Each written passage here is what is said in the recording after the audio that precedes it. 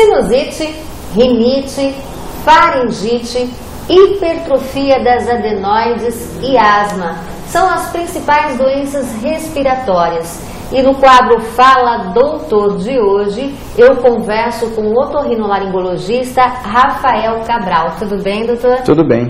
O senhor vai estar aí falando pra gente um pouquinho mais de como tratar principalmente a sinusite e a rinite, que são doenças que podem ter um desencadeamento aí alérgico, doutor. Sim, essas doenças são doenças bastante comuns e são problemas que a gente percebe que a população tem bastante dúvida, né? Confunde quando é uma sinusite, quando é rinite, é alérgico, é infeccioso. Então acho que é interessante a gente debater um pouquinho sobre isso.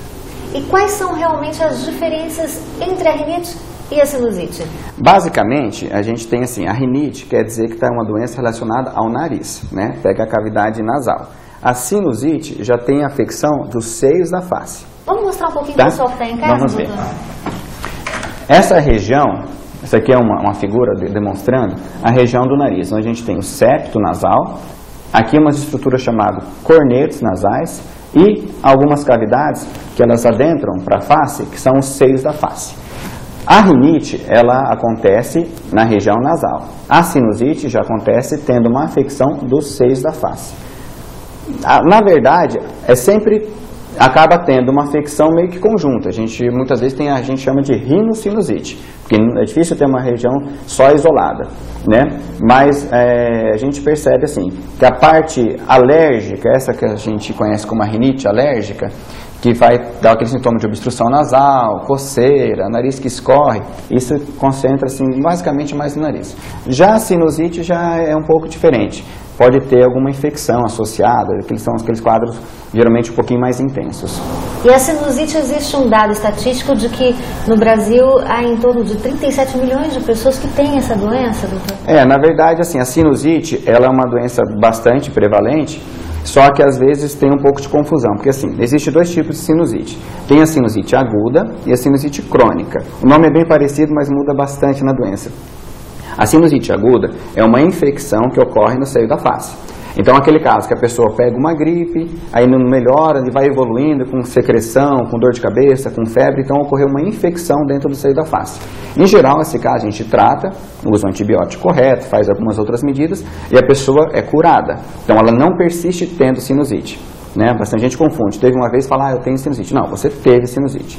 Já a sinusite crônica é diferente. É uma inflamação crônica dos seios da face, por mecanismos que muitas vezes não estão nem infecciosos, né? Às vezes a pessoa não tem uma infecção, não está com bactéria, não tem que usar antibiótico, mas a mucosa é inflamada e ela persiste com obstrução, com sensação de secreção nasal, com dor de cabeça crônica, né? Então essa pessoa, sim, ela pode falar, eu tenho sinusite crônica. Aí a gente tem um tratamento diferenciado também. Doutor, recentemente, em função da estiagem, do clima seco, mais de 60 dias sem chover, não é o caso que essa semana, felizmente, né, caiu um pouquinho de chuva e a temperatura, a umidade do ar voltou quase que ao normal. Sim. Mas muita gente sofreu incômodos e sofreu com crises agudas. Sim. De rinite, sinusite, em função de terem aí essas doenças de forma alérgica. Sim. Quais são os principais cuidados que se deve ter? Existe alguma dica para quem sofre disso para minimizar essas crises quando o tempo está muito seco? Sim, existe sim. O clima seco ele é muito agressivo para a via aérea, para a mucosa, desde o nariz até no pulmão, né? A partir do momento que começa a ressecar a mucosa, ela começa a diminuir suas defesas. Então ela fica mais vulnerável, é mais fácil a pessoa adquirir uma infecção por um vírus, por uma bactéria. Se tivesse com a mucosa boa, com a umidade normal, muitas vezes uma bactéria vem no nariz, mas ela faz a higiene normal, acaba saindo. Já no clima seco, a defesa fica bem prejudicada, então ela fica mais fácil de ter uma infecção. A parte alérgica piora demais. Uma, porque a mucosa já fica mais irritada, e por outro motivo, que durante o clima seco, acaba tendo mais poeira, mais, fica o ar mais carregado com pólen, com poluentes de carros. Então isso também acaba sendo mais nocivo, desencadeando também a crise alérgica.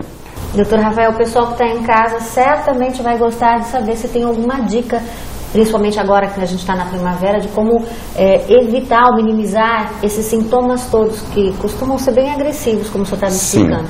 Sempre que o clima estiver seco, a gente orienta o paciente inicialmente fazer uma hidratação oral, caprichar no consumo de líquidos. Líquidos, a gente fala água, suco, isotônicos, não abusar de refrigerantes, tá? Porque aquele excesso de açúcar também faz mal. Então vamos, né, só orientar o pessoal certinho.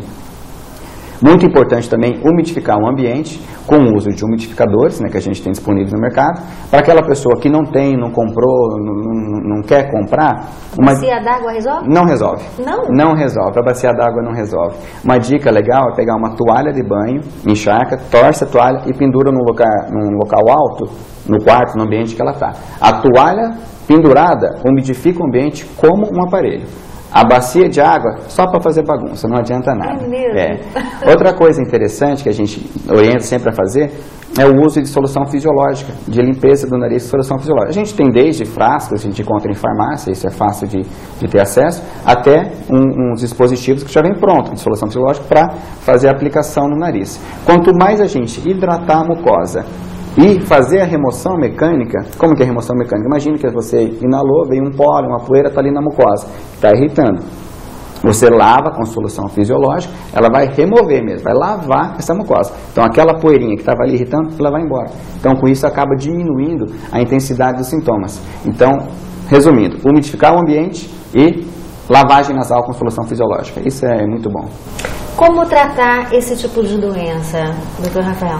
A rinite, basicamente a gente falando mais da rinite alérgica, existem tratamentos, primeira coisa o ambiente, né? Evitar um lugar com poeira, com mofo, clima seco, evitar cheiros, perfume forte, cheiros fortes, que isso acaba irritando a mucosa, e fazer o uso do tratamento medicamentoso. Aí a gente tem medicamentos, a gente usa antialérgico para tomar via oral, que minimizam os sintomas, e os sprays de tratamento tópico, né? Doutora, as crises alérgicas, elas podem aparecer em qualquer idade? Depende, assim, o tipo de alergia.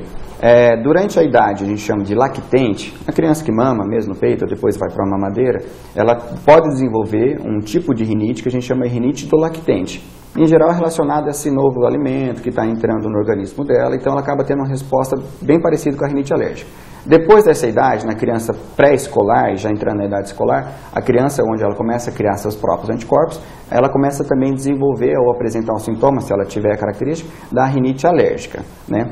Muitas vezes um paciente tem, vamos dizer assim, a base genética para a rinite alérgica, para o problema alérgico, mas só vai manifestar na idade adulta, porque vai depender do ambiente dele. Às vezes ele morava numa região, ele mora na praia, é úmido, não tem poeira, não tem muito pólen, ele se dá bem.